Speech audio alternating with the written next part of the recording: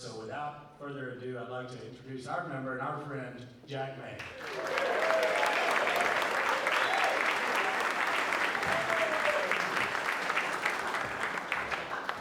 Thank you.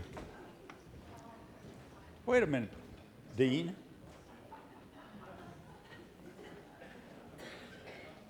You're the dean. You keep your private school, and I'll keep my private school, and why does a polar bear sit on the ice? Students, to keep his private school.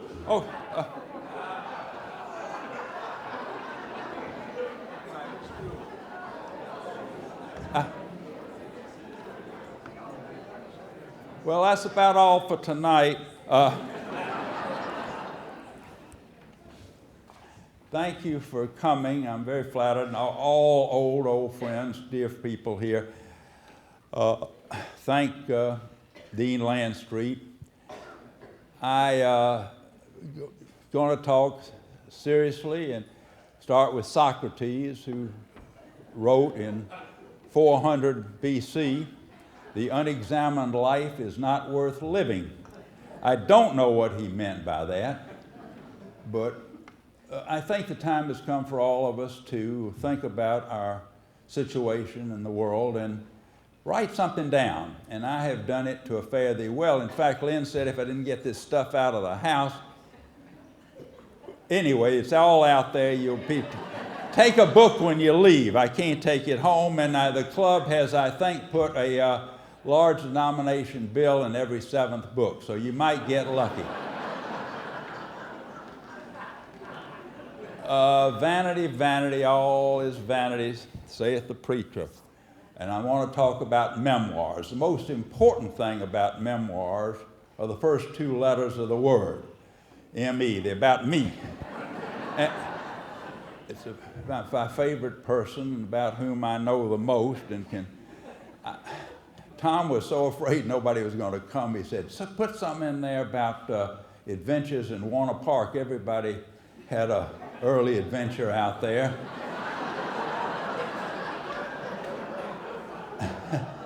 And I don't think that's fair. That guy with the flashlight comes around, and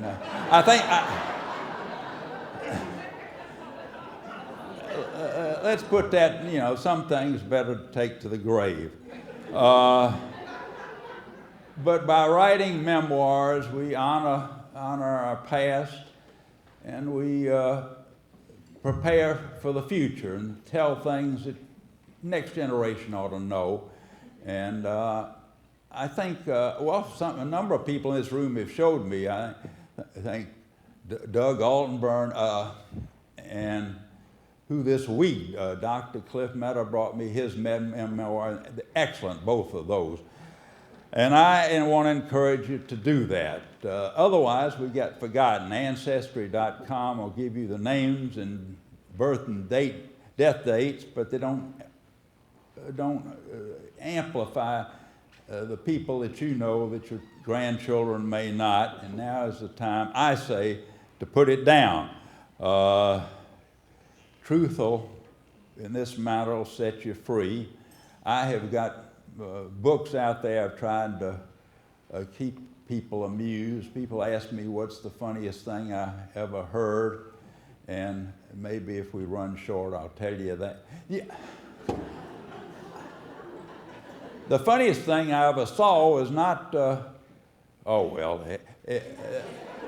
at Bonneville Dam Bonneville Dam in Oregon, there is a turbine which the waters they trap run through to generate electricity. The turbine's about the size of this room. It's the biggest thing, and it makes a terrible noise, and there's a big plaque on the front of it that says how many cubic meters goes through here every 60 seconds, and how many kilowatts are generated for the Northwest. And at the bottom, in this heavy brass thing, it says, please read instructions carefully before installing. And I have no idea what bureaucrat put that there, but I've never seen anything funnier.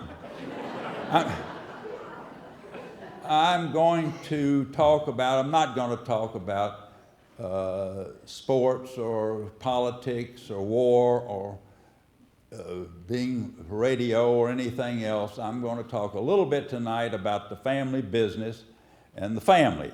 And I want to talk. I'll start with the May hosiery mills, which started here in 1895 by my grandfather. There was a big company. By 1905, it was the largest employer in town and stayed that way until the coming of Hercules Powder and DuPont right before the First World War. It was big, and we were very paternalistic, and we ran a lunchroom there, so for our employees, so they get a hot meal at lunch. We served them 3 vegetables and bread and meat for 25 cents, and this was the genesis of the meat and 3 in Nashville. I take a great deal of, Hap Towns was there, and now it's spread around to Arnold's and things. And the other interesting fact about the May hosiery mills, which you probably won't know, is that we have 100% penetration of one territory, and the volume wasn't great, and that's the moon. There's never been a sock on the moon that wasn't made in South Nashville, and I thought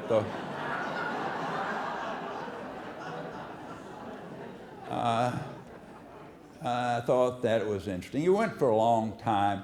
Let me tell you about a few of the interesting people. Start with one of the least funny is O.A. Moores, who was the plant superintendent, M-O-E-R-S. He was a tough, mean guy in the plants, factories back in the 30s when times were rough, and he was rough himself. One guy came in and said, "I can't stand it here anymore, I'm gonna quit." O.A. Moore said, with his characteristic gentleness, so I tell you what you do. When you leave here, you go down the Cumberland River. You put your finger in that river and pull it out and see how fast the hole fills up. That's how long we're gonna miss you. And,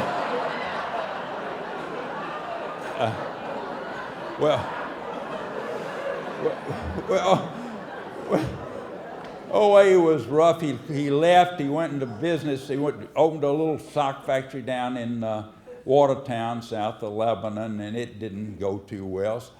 This is a strange story.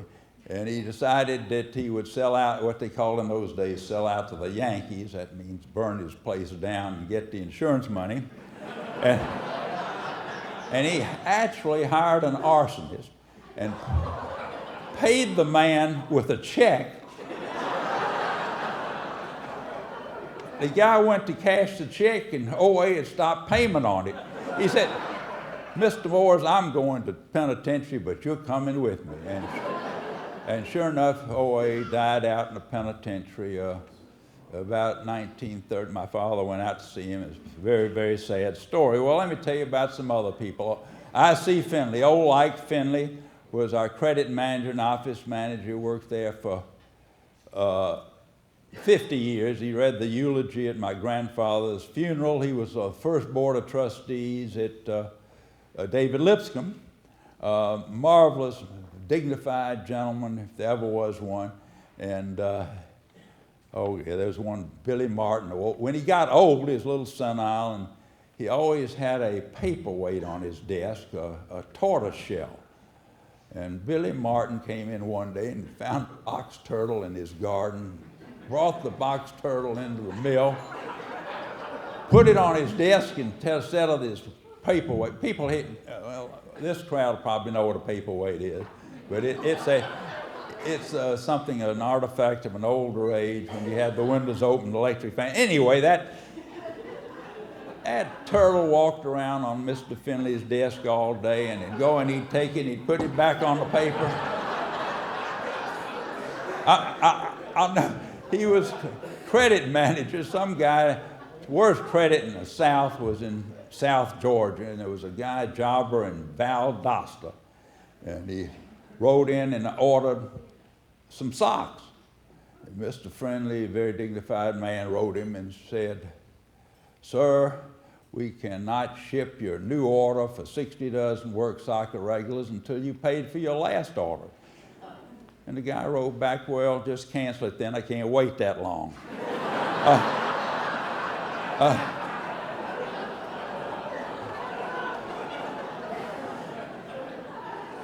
And in wonderful, wonderful office help, had a secretary, Secretary Jamie came in one morning just all bummed out. I said, Jamie, what are you so down about? He said, she's feisty, very bright girl from up in Robertson County in a farm. What are you so down about? I said, my boyfriend didn't show up for our date last night. And, you know, wise boy saying, well, probably found something better, Jamie. Don't. She turned on me and said, listen, big boy. He may have found something different, there isn't anything better.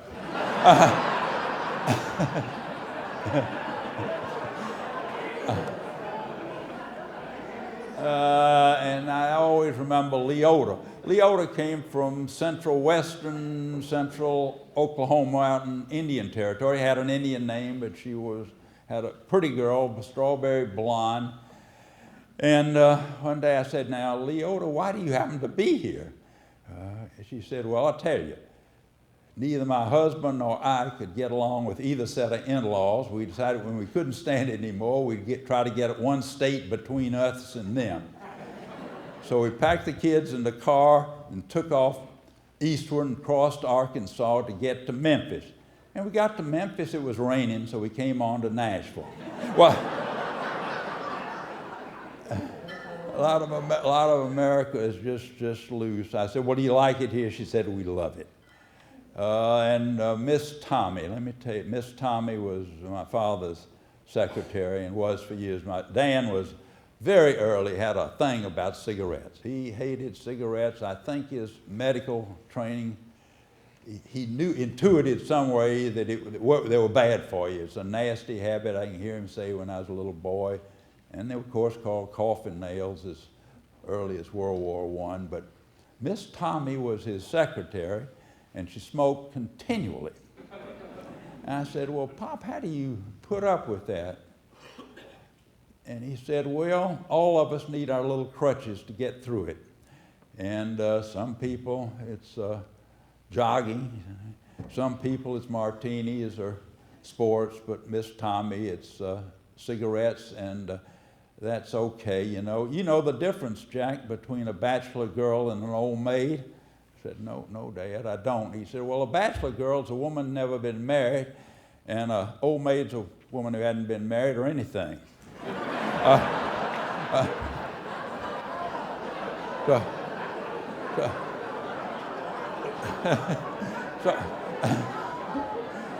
So Miss Tommy got to continue smoking. We had a great sales department. Never forget Larry. Always was up, always energetic. Came in one day, said, we're 10% ahead, we're 10% ahead. And I looked at him, 10% ahead of next year.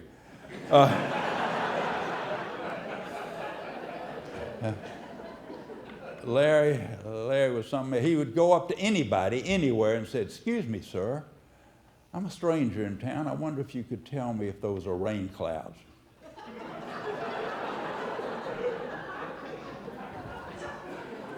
Larry, like Mr. Boyd, Larry quit and went to Alternative Opportunity. He went to North Carolina to a hosiery mill there.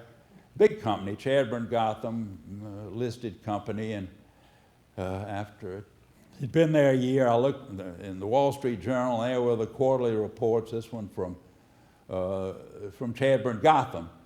And they had lost a lot of money.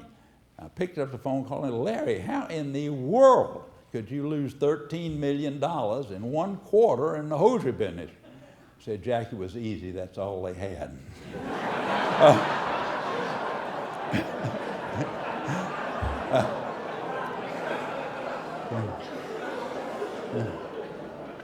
All their stories, I mean, everybody here's worked in plants. There was a wonderful, out in a manufacturing company, mostly women, and there was a healthy working class attitude about sex. We had 2 wonderful workers in the office twins, named Lois and Joyce. And they were pretty funny. And one day on the back stairs, they saw them coming up the steps. lifted their skirt up above their knees and say, "Jack, we're pretty good. Now, Lois there is bow-legged and I'm knock-kneed. Look, we can stand side by side and spell ox." Well, you don't...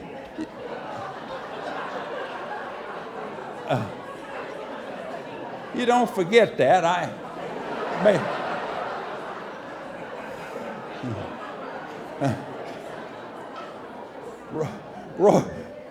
Roy Geesley was a mechanic, and I said, "Roy, we're going let's go up to the hosiery convention in Atlantic City. They got some wonderful new equipment up there. I want you to see." He said, "Jack, I won't be going." "Why not, Roy?" He said, "Do you ever go down the highway and see somebody pulled off on the shoulder and had the hood up?" I said, "Yeah, Roy, I've seen that." He said, "You don't see that with airplanes."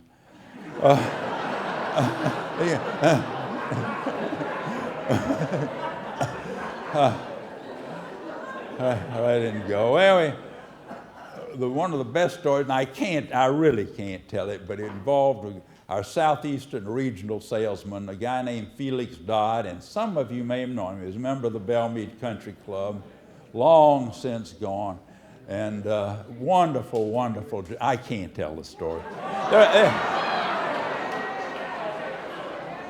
Well, you have to know.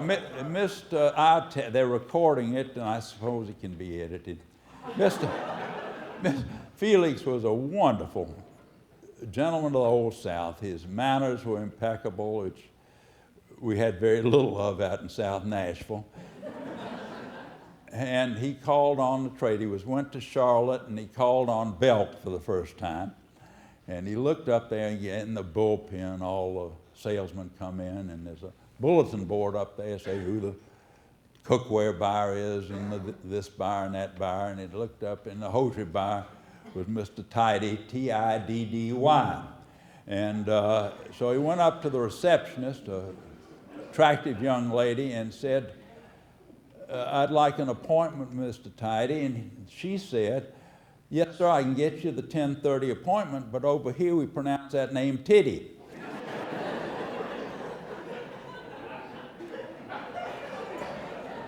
Felix stood transfixed. He never moved. Finally got up the energy, turned around, walked out, and never came back. It was better if you knew him. Wonderful, wonderful man. We did a lot of services besides the lunchroom. I don't know how long I've got to go in here. I'll talk a few more minutes. But Stanley came to work there as an office man, and he went over we had a barber shop, and Bernie Weinman said, "Don't go over that barber shop. That guy will talk to you continually while you're sitting in the chair. You can't." He says, "The most annoying thing you ever heard." Stanley said, "I know what I'll do. I'll take a card over there and hand it to him, say I'm deaf, I need a haircut." And he got over there, and Bernie called up and told Mr. Johnson, "That man in your chair isn't deaf. He's just hard of hearing. If you talk loud, he'll..." Oh, Lord.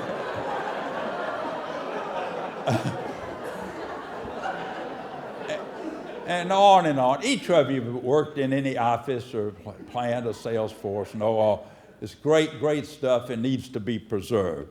Let me speak a minute before we run out of town about the May family.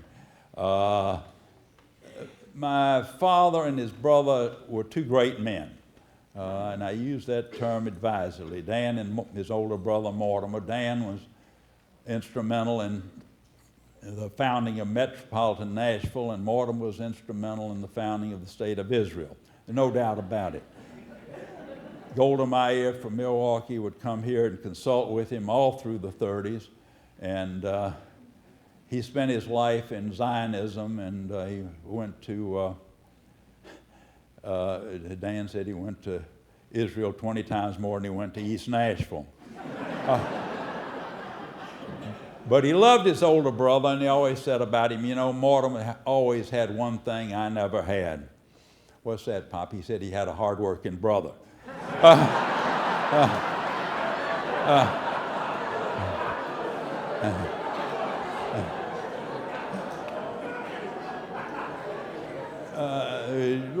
Dan Dan was a serious. He both the Vanderbilt and the Fisk Board, was head of the Metro School Board for many years. He was a great citizen, and when we were having the civil rights troubles, and Beverly Briley wasn't taking the pressure too greatly. He started drinking heavily, and I don't think he would have made it through. Dan was very close to him, and eventually we got Metro Nashville. I remember when his dear older brother Mortimer died, and a year later we were out in the cemetery putting down the stone, gravestone, and they had a little ceremony, and I went and walked with my father, a little uncomfortable, and I said, "Well, Dad, that's sad." I looked around the Jewish cemetery out there and said, "It's a strange thing that for nearly 100 years now, the Jewish population of Nashville has stayed absolutely level at about 5,000 people." I said, "Jack, there's nothing mysterious about it at all. Of course it stayed level. Every time a girl gets pregnant, a man leaves town." Well,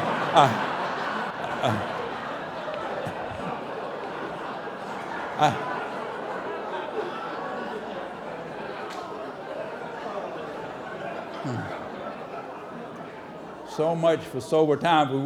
We walked around a little bit and looked at some of the graves. Dan knew all of them. He said, "There's Jake Levine's grave." Jake was elected to countywide office in the 1890s, into the county court, and the most famous thing about him was in those days there was an honorific for people on the county court, and they called them Esquire, and they put Squire in front of their name. I don't know if anybody remembers this. Before we got rid of the Davidson County Court and got a city council, and he went down after his election, and when he got home that afternoon, his wife Sadie said, "Jake, now that you're a squire, what does that make me?"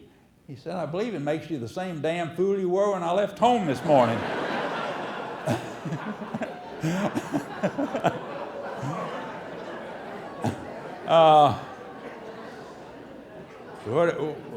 What else? Dan, he put his arm around me on that trip around the cemetery and said, "Son, when I die, you'll be the sloppiest man in Nashville."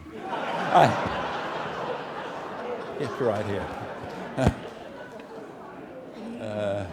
There's old Herman Glick's grave over there. He was supposedly the most parsimonious, the tightest man in Nashville, and the great story around town in the 1900s was that somebody had dropped a quarter in the hayloft, and his horse had eaten the hay, and he rode him backwards for a week. I don't think there's any truth. But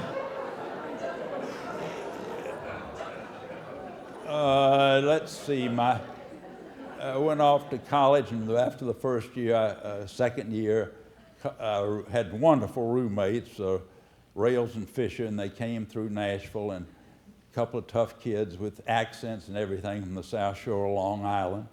And my mother was obviously going to have a good Southern meal, and fried chicken and cheese grits and stewed tomatoes and cornbread, the whole business, and iced tea. And those two boys were very smart, and my mother's a kidder, and I think they saw the situation, and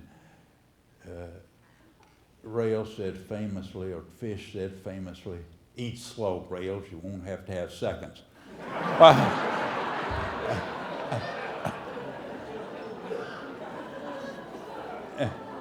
Well, that's Yankees. My sister, who I've seen recently, lives a long time in the South, a long time in the North, and said, "It is true that Yankees are rude, but Southerners lie."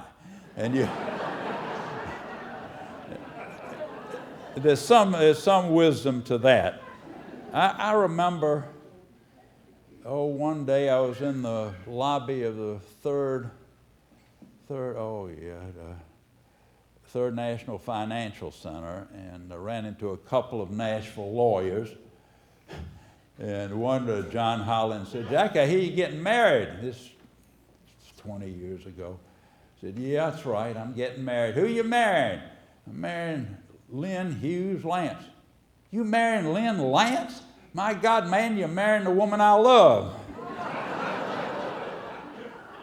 And Doug Brown here and all, they said, "Jack, I see you marrying another Gentile."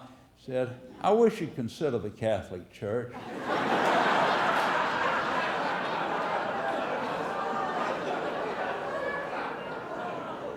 Doug said, "You know, we've got the 10 Commandments down to 6 commandments with 4 strong recommendations."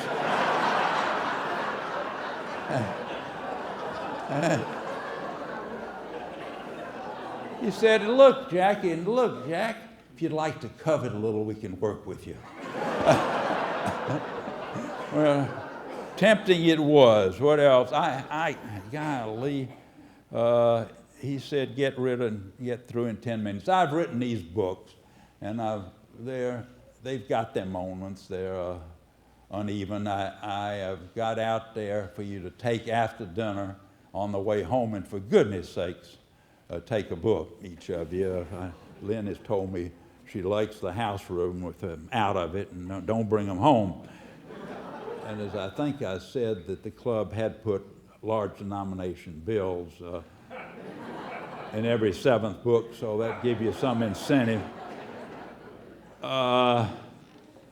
It's a chance to put your prejudices on paper.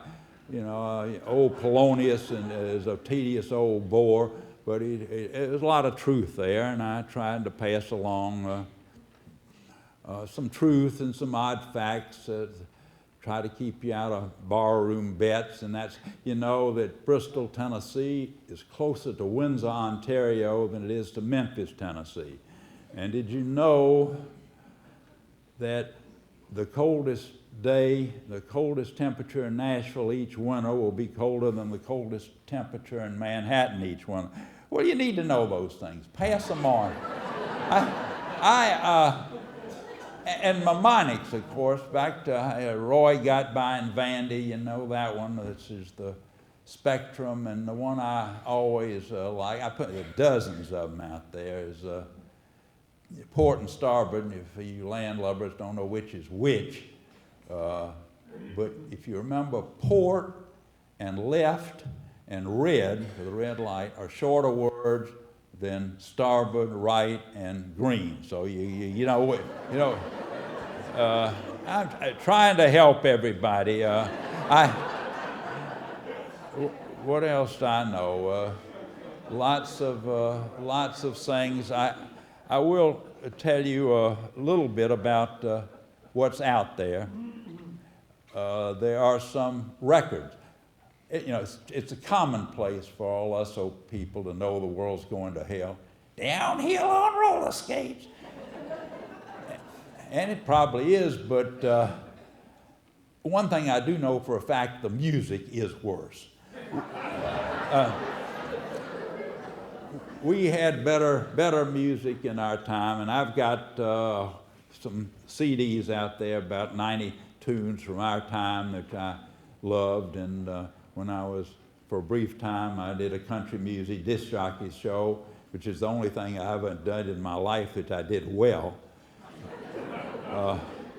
Gave it up. Those recordings are out there. What else is out there? I've collected, my hobby is collecting prints, and I've got a catalog of my prints out there with comments on them. They're pretty interesting. I've got, one guy, Ernst Renan, who's got a couple of portraits in there, said famously, "Oh Lord, if there is one, save my soul if I have one." And he said, the only glimpse we have of the infinite is the extent of human stupidity. Well, you've got to love a man like that. Pick up the art book is worthwhile. A member of these, Nashville may be unique in the fact that we have these men's clubs here, meet in the evening.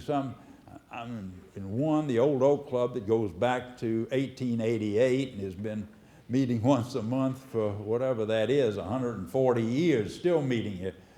The Shamus Club, and they require you to write a paper, and I've written papers for both of them, and some are pretty good, some are pretty bad. But if you'll take the book and look at some of them, one of my, this time of year, I think, our greatest celebrity in Nashville, not Nashville, our greatest celebrity in America in the 19th century, and our greatest celebrity in America in the 20th century, both committed suicide at the age of 36. Meriwether Lewis did it right here in Middle Tennessee at this time of year when the country is the most beautiful, down near Hohenwald, and it's worth a trip down there to see Meriwether Lewis's grave. Great man, I tried to write up, and the most greatest celebrity, also a suicide at 36 in the 20th century, was Marilyn Monroe. And they're very sad. Suicide is an interesting thing. It's all too close to all of us, but it has always fascinated me. I've written my memoirs with a lot of photographs, pictures of Lynn and me clowning and playing the fool, which comes naturally. And finally, I wrote one called Vestigial Organ, the Appendix, where I went through the files and brought out a lot of writings of other people in my family, my grandfather, my father, my mother, my daughter, my granddaughter. All of their writings I've collected and put in the book, and I invite you to take them, and you don't have to read them all. You'll never be asked, but there's some laughs in there. In fact, Pixley Cheek, I don't know where he got one of these books, but he said there's some serious errors in it. Of his ancestor, Colonel Cheek, for the coffee, I sort of slandered him. I said that not only did Teddy Roosevelt say that it's good to the last drop, but wags around Nashville for years said, now, Colonel Cheek, what exactly is wrong with that last drop?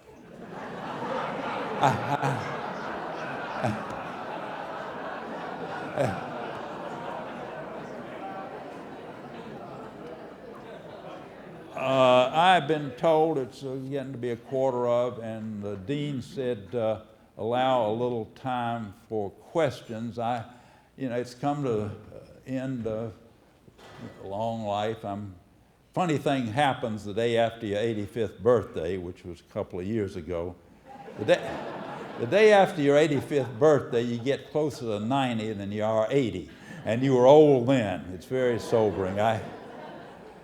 And with this, I'm going to find my big red chair at home and sit down and be happy. The Grim Reaper is out there for all of us. I don't fear death, but you know, dying is a little bit tacky.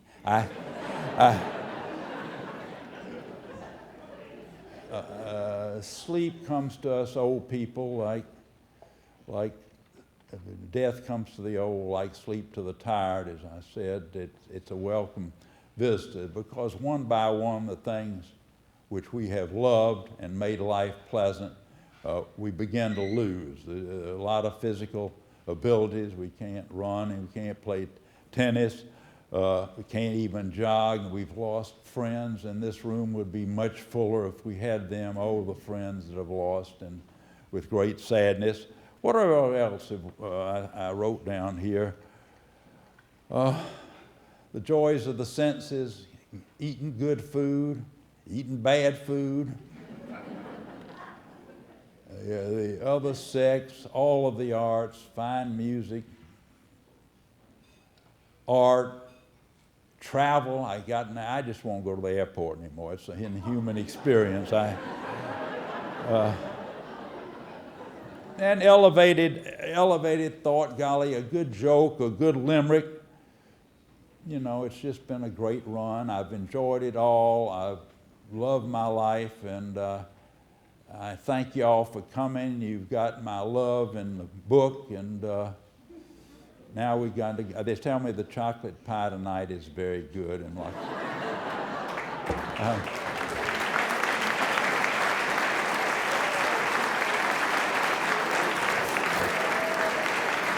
now where's the dean?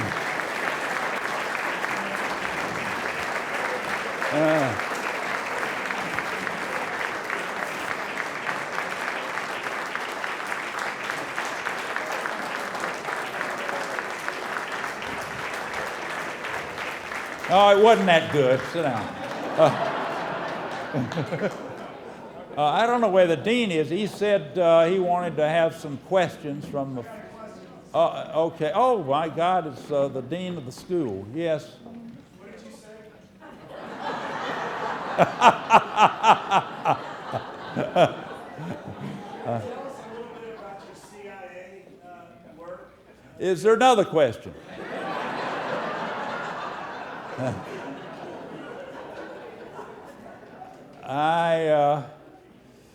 You know, if it hadn't been for me, there'd be communists all over Fort Negley.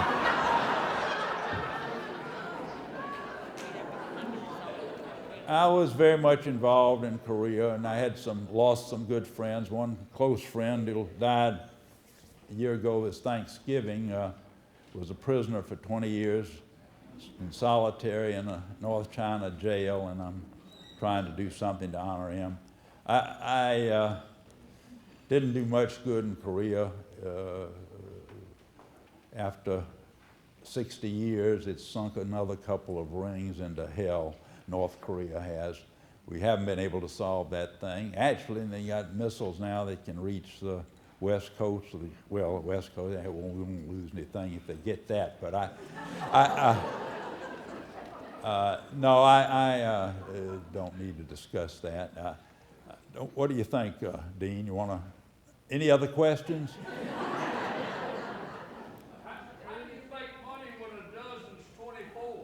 Yeah, and that's a good hint. Who is that, Chuck? Is that you? Yeah, don't ever get in a business where they're 24 to the dozen. That's a bad mistake. It hit Genesco and it hit the hosiery mill. Making a sock is a very difficult thing. You think about it. It's a wonderful product, but the technology goes back to Queen Elizabeth I. Y'all know how every other garment is made, every other article of apparel is made, from a bathrobe to a brassiere to a shoe. You get a material, you lay it up, you get a pattern, you cut it out, and you sew it up. There isn't any pattern for a sock. There isn't any piece goods stage. It's got to come out whole. And it's made on a very complex machine, and so think about it the next time you. We never found a way to get people to wear more than one pair at a time, but they're working on it. Anything else anybody wants to know? Meaning of life? Okay, I guess that takes care of it. Thanks.